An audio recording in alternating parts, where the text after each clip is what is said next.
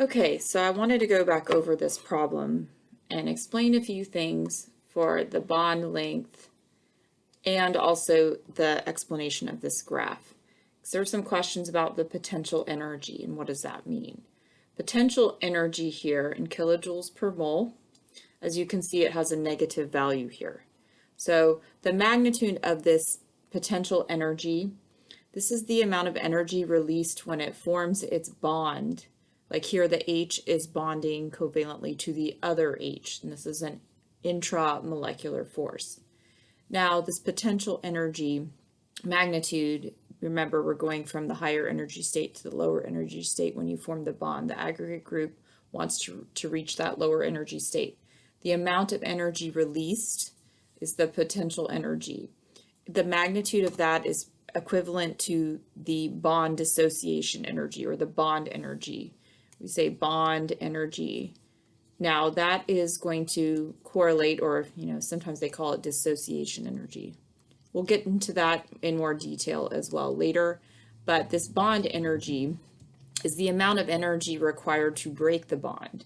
So technically, this particular HH formation releases 432 kilojoules per mole when it forms this bond. But that also means that you need to add 432 kilojoules per mole in order to break that bond. So they basically mean the same value. So the greater the release of the potential energy, the greater the bond energy.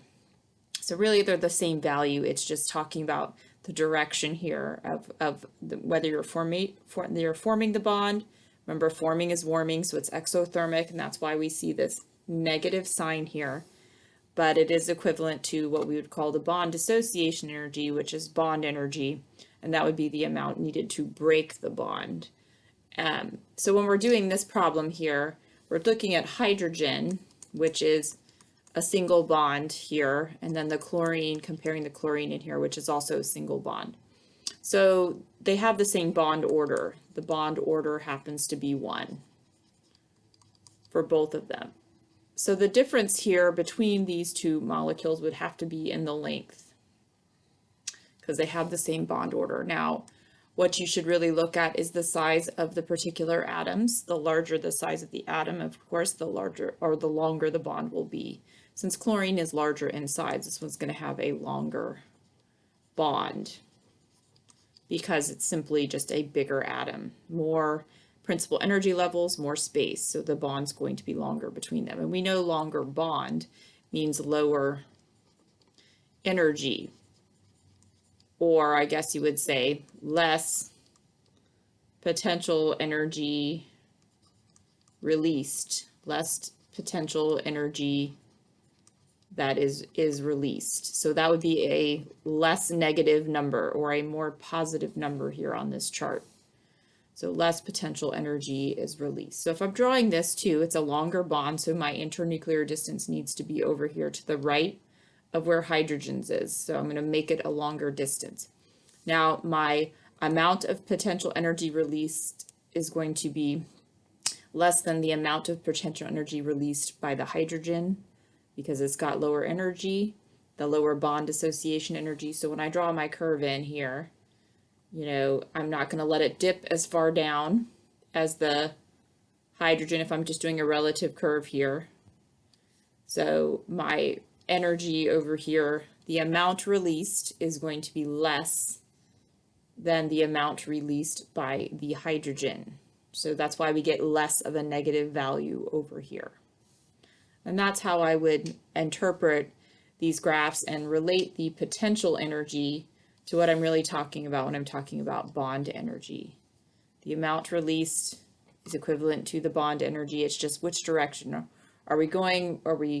We're forming the bond, we're releasing the energy. If we want to break the bond, then we're talking about bond dissociation energy. Same magnitude though. They're both 432. It's just one I'm forming the bond, the other I'm breaking the bond.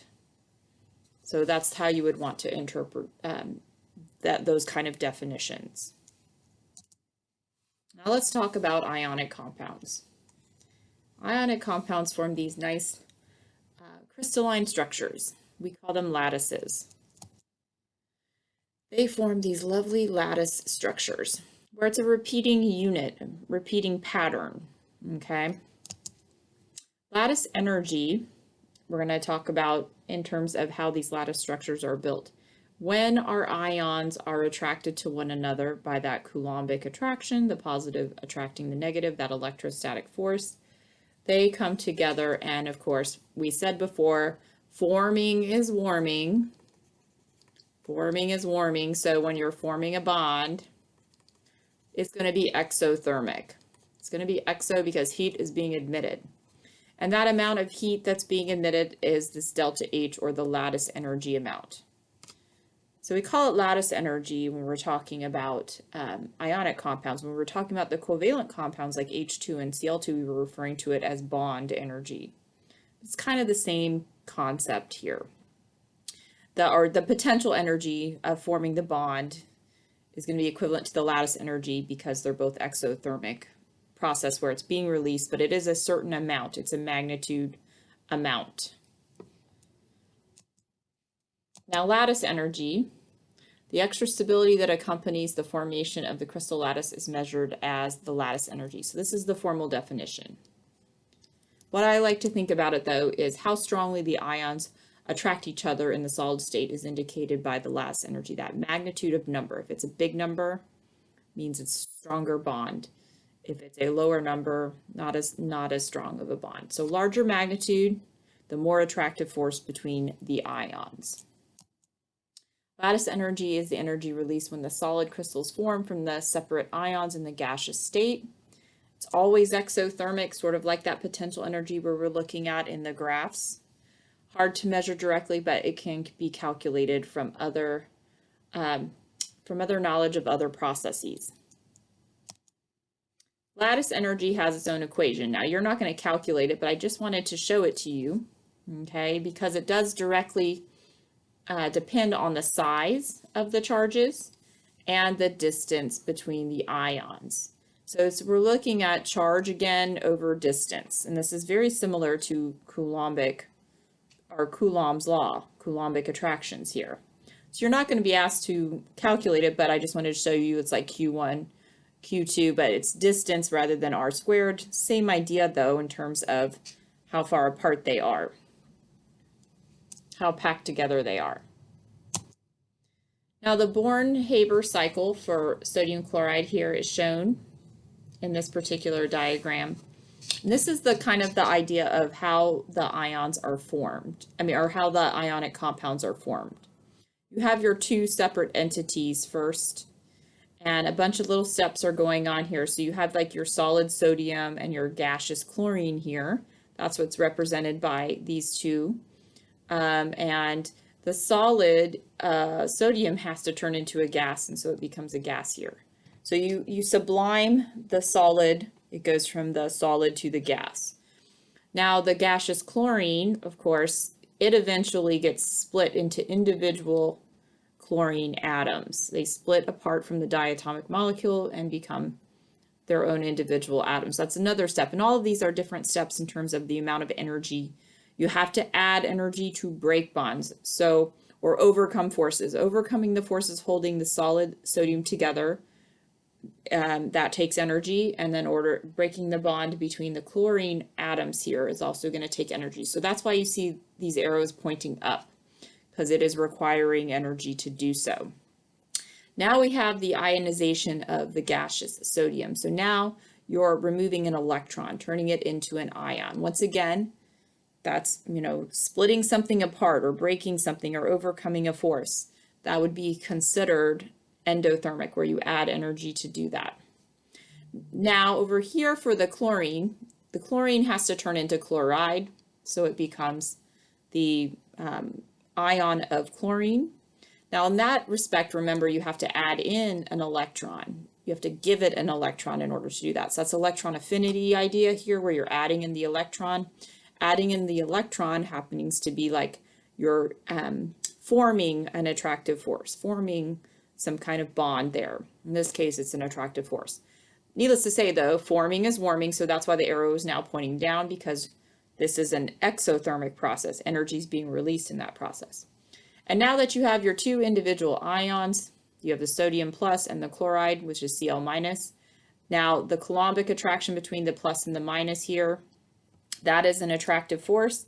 It's forming the ionic bond. And as you can see, this step 5 is huge amount of energy released. So this is where you get the lattice energy, that amount of lattice energy in here. Now I also have a link here to a video if you want to watch the different steps and the explanations of the different steps. Feel free to check out, or you can probably also Google Born-Haber cycle videos and be able to find others as well. Bond energies. Going back over kind of things that I just said there, looking at that diagram. To break bonds, you must add energy. Energy must be added to the system. That would be endothermic, and it carries a positive sign. So breaking bonds always requires energy when you have to absorb energy or add energy. We say axing is taxing. So if you're breaking up something, overcoming a force, axing is taxing. It takes energy. Forming bonds, energy is released. So that's why it's exothermic, and it always has an accompanying negative sign. It's leaving the system. Leaving the system. So we say forming is warming. So forming bonds, energy is released, carries the negative sign. That's why the potential energy had the negative sign. That's why the lattice energy would have a negative sign as well, because its energy is being released and it's leaving the system. Now here's general idea of what we just saw in the Born-Haber cycle diagram, where it's showing you here you have a solid metal. Solid metal, we're going to use M to represent the solid metal. It has to sublime and turn into a gas here. Of course, you're overcoming the forces holding the solid together to turn it into the gaseous phase. That is endothermic because you have to add energy in there. The ionization of the metal atom, okay? So taking the metal and breaking off an electron, removing an electron. Once again, you're overcoming an attractive force here that's holding that electron on there. So that would be axing is taxing, and that would be an endothermic process. Dissociation of the nonmetal. Dissociation of the nonmetal means breaking that bond in the X2. So X to X here, this is what you have to overcome, breaking that bond. And of course, bond breaking is going to be endothermic as well. Now here comes the exothermic phases. This is where you take your nonmetal and you add in the electron. Okay, you're adding an electron, you're causing a new a force of attraction between the electron and X and creating the anion part of the ionic compound. In that case, it is forming a new attractive force, so it would be exothermic and energy would be released. The formation of the solid in the ionic compound, of course, is where the positive, now that on the metal cation is now attracted to the negative on the non-metal anion, the non-metal anion, to form the overall ionic solid. And this is quite exothermic, and that's where this lattice energy is. It's in this final step is where you're measuring the lattice energy. It's a huge magnitude usually. And why do we really care about the formation of these ionic solids? We're going to be able to generally see a trend as comparing other ionic compounds to each other, which one has stronger forces of attraction. And we can look at it in terms of the lattice energy, but we could also look at it in terms of the properties of the individual compound as well. This one's comparing the Born-Haber cycles for, this one is magnesium oxide, MgO, and over here we have sodium fluoride. So there's two differences here going on because we have two different sets of atoms and elements in here. By all the accounting, all three energies, ionization, electron affinity, and lattice energy, we get a good idea of the strength of the force of attraction within the ionic compound. So you can see here, MgO's lattice energy is like 3,916 kilojoules per mole being released here. If you look at the lattice energy for NAF, it's negative 923 or 923 kilojoules per mole is being released. Obviously, the stronger bond then is going to belong to the MgO because it has a higher lattice energy. That means the force of attraction is greater for that particular compound. Now, instead of having to look at graphs like this to figure this out, we're going to give you some trends that make it easier to make the prediction. Going back to the idea too of Coulomb's law here, where we're really talking about the magnitude of charge over the distance. Stated before, lattice energy kind of works the same way. So really, what you're going to look at, closer oppositely charged particles to each other, the stronger the attraction. So the distance, if it's a shorter distance, they're going to have a higher attractive force. The greater the charge of the oppositely charged particles, the stronger the attraction. So the magnitude of charge on the top, if that is greater, of course, you're going to have a stronger attractive force, Coulombic attraction between them. Let's compare it in terms of lattice energy when we're just looking at ion size.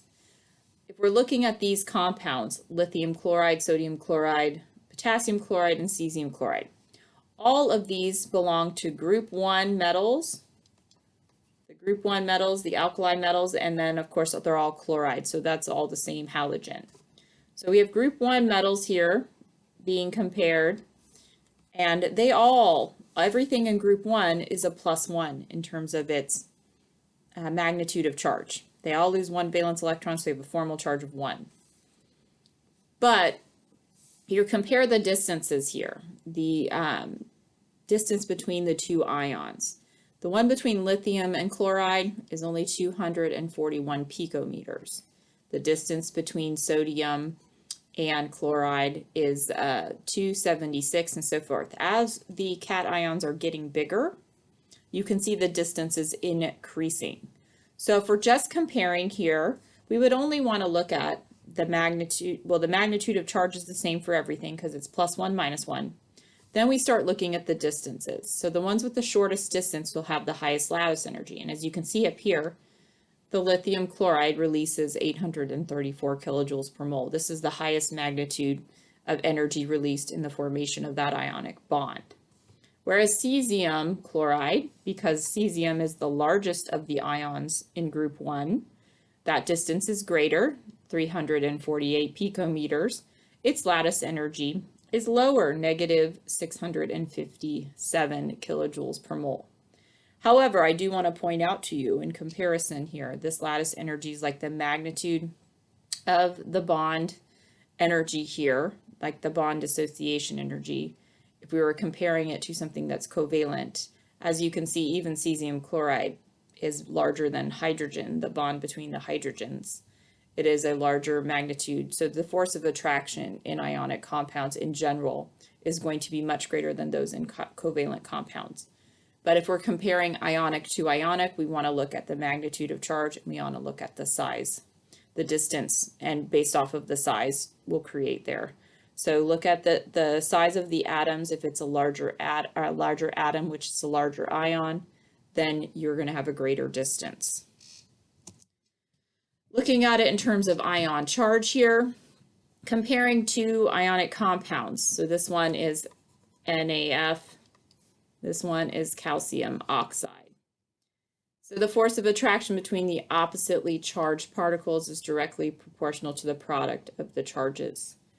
So the larger the charge, the stronger the attraction. The stronger the attraction, of course, the larger the lattice energy is going to be, or the force of attraction for the ions.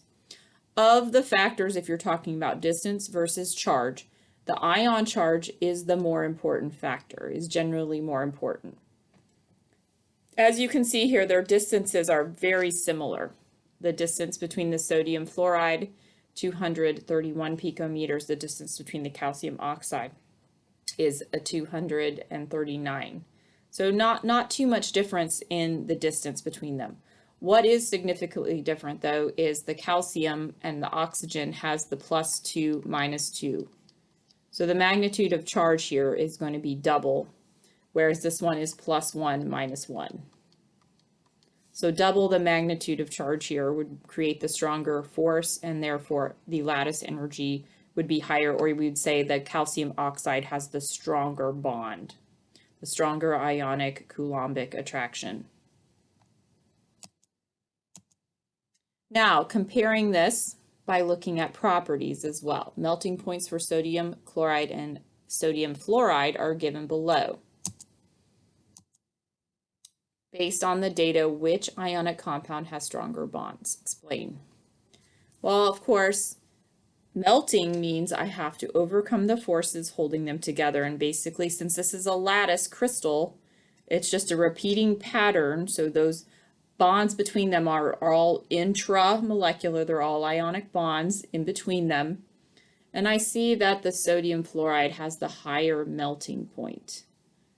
Higher melting point means I need to add more energy to overcome those forces. So in order to overcome these forces, the higher one here is going to be stronger. So this one's definitely the stronger. Now, how do I explain that this one is the stronger one? Well, if I look and compare my different choices here, because I would need to explain this, and I would want to explain it in terms of the magnitude of charge or the distance, and comparing both of these. Well, this is +1, this is -1, this is +1, this is -1 based off of the groups that they're in. So the magnitude of charge is the same for these guys. Now I need to consider and look at the distance. If you think about it, sodium, of course, is the same cation for both of these. But if we're looking at the groups, it goes fluorine, chlorine, bromine, iodine down the halogens. This is group 17. So obviously chlorine is this is going to be a larger atom, or I guess you would turn it into the anion chloride, right? Because it's larger, that means this one's going to have a greater distance. Greater distance between the chloride and the sodium. Because of that greater distance, then that means that it's not going to be as strong. And the fluorine, of course, would be a shorter distance. So I'd say that the sodium fluoride has a shorter distance between the cation and anion here, and therefore it's going to have the stronger bond and the higher melting point. So NAF, which one is the stronger bonds? NAF would be correct. Let's explain. The smaller the ions, the closer they can get together, the stronger the force of attraction. The magnitude of the charge is the same for both compounds, so that part is not having to be considered here. So in this case, we're really referring to the distance between the two ions, the closer they get. Okay, on this exercise, we're going to compare two different ionic compounds. Got our sodium fluoride, our magnesium oxide, and here's our melting points for them. Whoa, look at that huge melting point. Sorry, we're missing the C here, but let's fill that in. Magnesium oxide, 2,852. What a dramatic size here in terms of the melting point. Very high temperature. Definitely this is the stronger one just based off of that value, but how would I explain why that would be stronger? Well, I need to look at my different elements here. So we're looking at kind of the charge, the charge and the distance here. We're really looking at that relationship, charge over distance. So we have +1, -1. We have +2, -2. If you're looking at, sodium is an alkali metal. It's group 1, magnesium's right next to it, it's group 2. So group 1, group 2 here. If you look here, so this is +1, this is +2. Comparison to our oxygen and fluorine, which is over here, group 16, group 17, and oxide forms a -2 charge, and fluoride forms a -1 charge.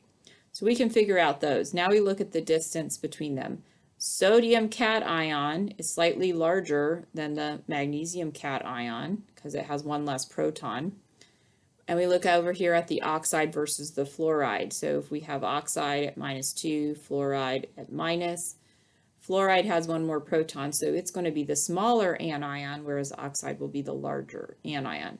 So if we're looking at the sodium with the fluoride, sodium's larger, but the fluoride is smaller. And then we look at the magnesium oxide, the magnesium is smaller, but the oxide is larger. So really the distances are about the same. about the same. So when we're citing this one and talking about why magnesium oxide is stronger, we really want to reference the fact that these magnitude of charges, since it has a double the amount of the charge, +2, -2 in comparison to sodium fluoride, which is +1, -1, definitely going to be the stronger compound.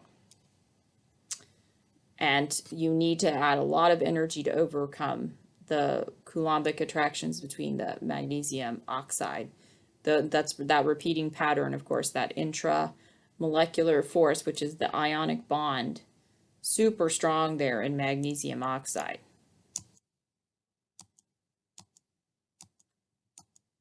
Higher melting point, still missing that C. I don't know why that's off of there. All right, fluoride is slightly smaller than oxide. Magnesium is slightly smaller than sodium. So generally, we've got about the same distance. Same distance going on here. The magnitude of charge, though, the +2, -2, have a greater attractive force there than the +1, -1 of the sodium fluoride. So we're really looking at the magnitude of charge here of the magnesium and the oxygen versus the sodium and the fluoride. All right, moving on to structure of ionic solids and structures of metals and alloys. I'm going to kind of compare it to a few other solids in here as well, because it just makes it easier overall to do those comparisons. And we will revisit some of these solids in Unit 3. So we're going to describe and recognize in diagrams the structures of ionic solids, metals, alloys, network covalent solids, and molecular solids. Bonding in solids. There are 4 general types of solids that we really concentrate on and look at here for AP. Metallic solids, of course, are the ones that have the delocalized electrons. They have metallic bonds in them, and they basically show a nice, crystalline pattern of repeating, nuclei, positive nuclei with the delocalized electrons. Ionic solids, as we talked about, they're sets of cations and anions that are mutually attracted. They form these lattice structures, repeating units over and over. The network covalent ones over here are joined by covalent bonds, a network of covalent bonds.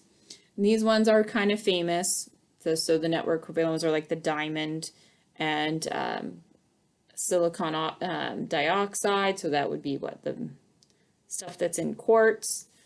Molecular solids are linked together by van der Waals forces, which we call them IMFs, or intermolecular forces. So we'll be looking at the intermolecular forces later on in Unit 3, but IMFs are what really hold those molecular solids together. Remember, IMFs are weaker than covalent bonds or ionic bonds, or even metallic bonds in most cases, and therefore they're going to have the lower properties, lower melting boiling point type properties.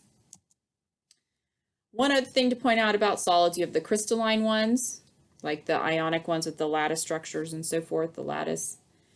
But you do have some that are called amorphous solids, where they lack a distinct order, like showing this example of obsidian here, where it's really not following any kind of pattern. Now, we're not going to get much into amorphous solids, but they do exist, so I thought I'd point that out there. So here are types of crystalline solids. You have your molecular ones, we were talking about that. These are the ones held together by the IMFs, and they have low melting points, like ice. Ionic solids, these are the ones from cations, anions forming the lattice, and they have very high melting points because they have a lot of they have a higher lattice energy and stronger forces holding them together. Now the atomic solids, this category we really don't ever really get into, the non-bonding ones held together by dispersion forces, because really they're referring to, these ones that are non-metals, which would happen to be the noble gases. And they would have extremely low melting points because these dispersion forces are pretty weak. Metallic, though, we're going to talk about metallic held together by metallic bonds. Depending upon which metal we're talking about, they have variable melting points. Some of them are higher, some of them are lower. The network covalent ones are an interesting group held together by covalent bonds. They do have some varying characteristics, but in general, mostly high melting points like the diamond and quartz have very high melting points and strong bonds. Now, crystal lattices is the pattern arrangement of atoms or ions in the solid, the crystalline solid. You do not have to memorize or know the different types of the unit cells involved here, but I just thought I'd show them to you that you can get an idea of that there's a variation in pattern, very much so, lots of different types of lattices. We have the oblique one here, the square one, the hexagonal, the rectangular. Okay, they form these unit cells in them. Once again, don't really have to know this, but just as you can see, that's why it's a repeating pattern over and over. And once they have them in their unit cells, the structure can be seen where the bonding occurs. So here's this unit cell, this lattice point, but then the bonds get established. You know, here's your normal one in the unit cell, but then it crosses over into another unit cell. This one crosses over into another unit cell, crosses over into another unit cell, and so forth. And that is what builds the network of the pattern. And just wanted to point out there's many different patterns. As you can see here, lots of very colorful ones showing different ways the units are repeating.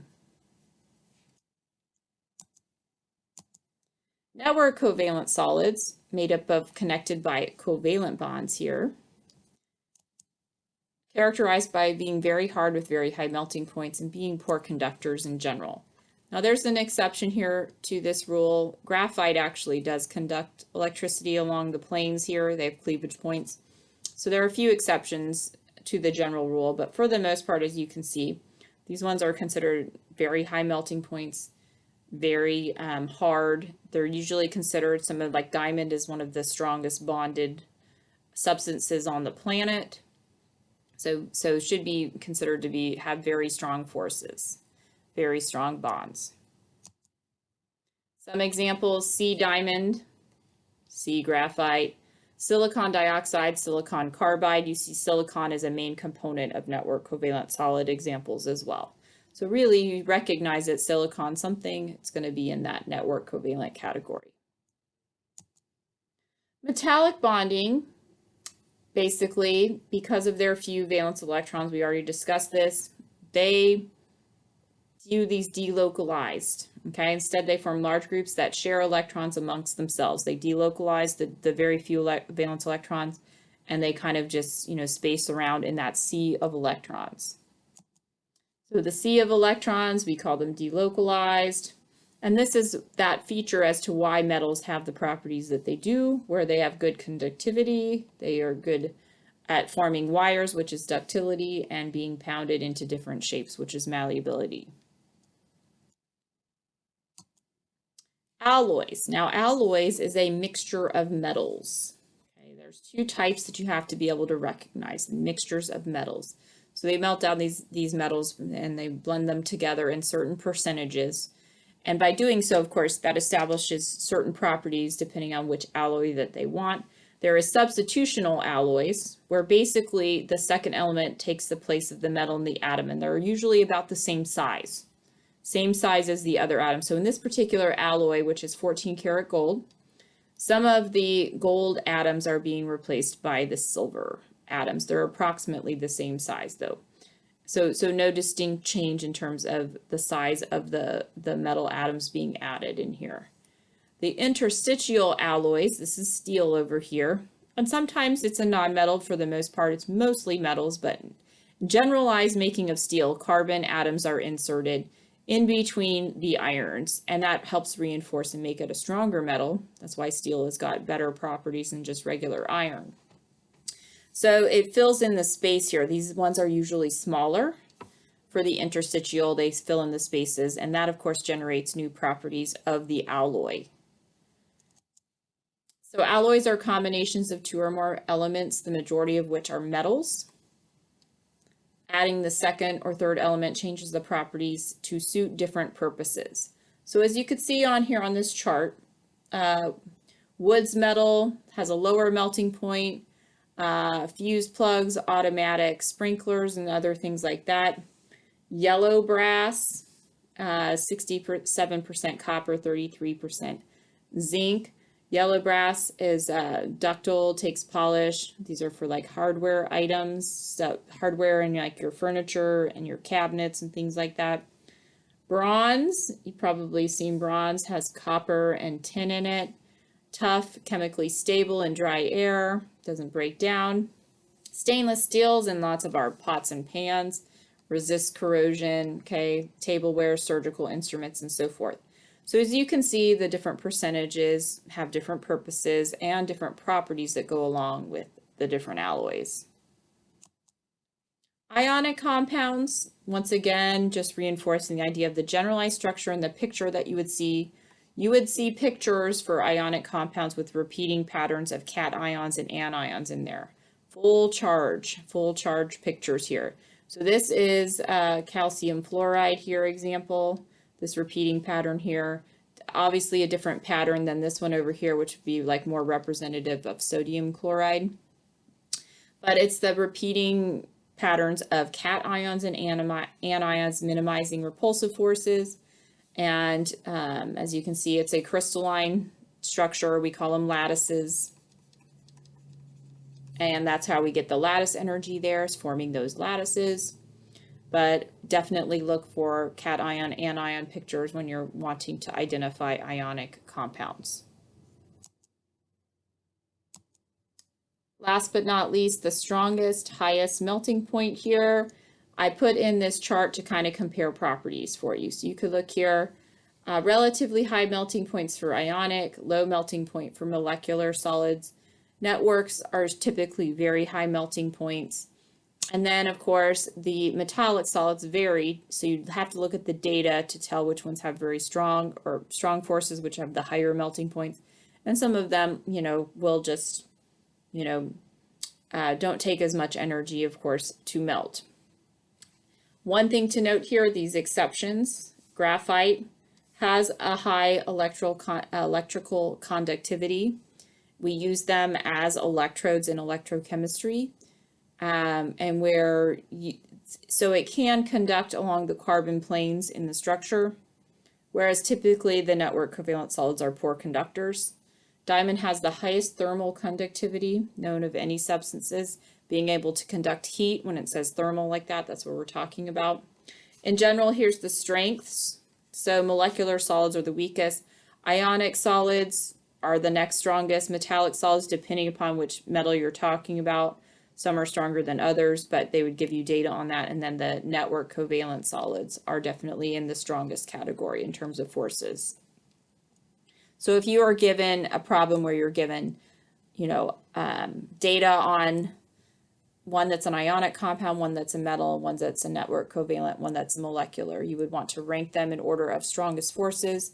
You would, go based off of the melting points or the boiling points or some other feature that they might give you as a set of data in order to arrange them. I also threw this one in here, this chart of solids that gives you more properties. Looking at the molecular ones, this breaks it down into the different IMFs, the nonpolar, polar, and hydrogen bonding types. We're going to go into this in Unit 3, so you don't really have to worry about that right now. But they're usually insulators. They're very poor conductors.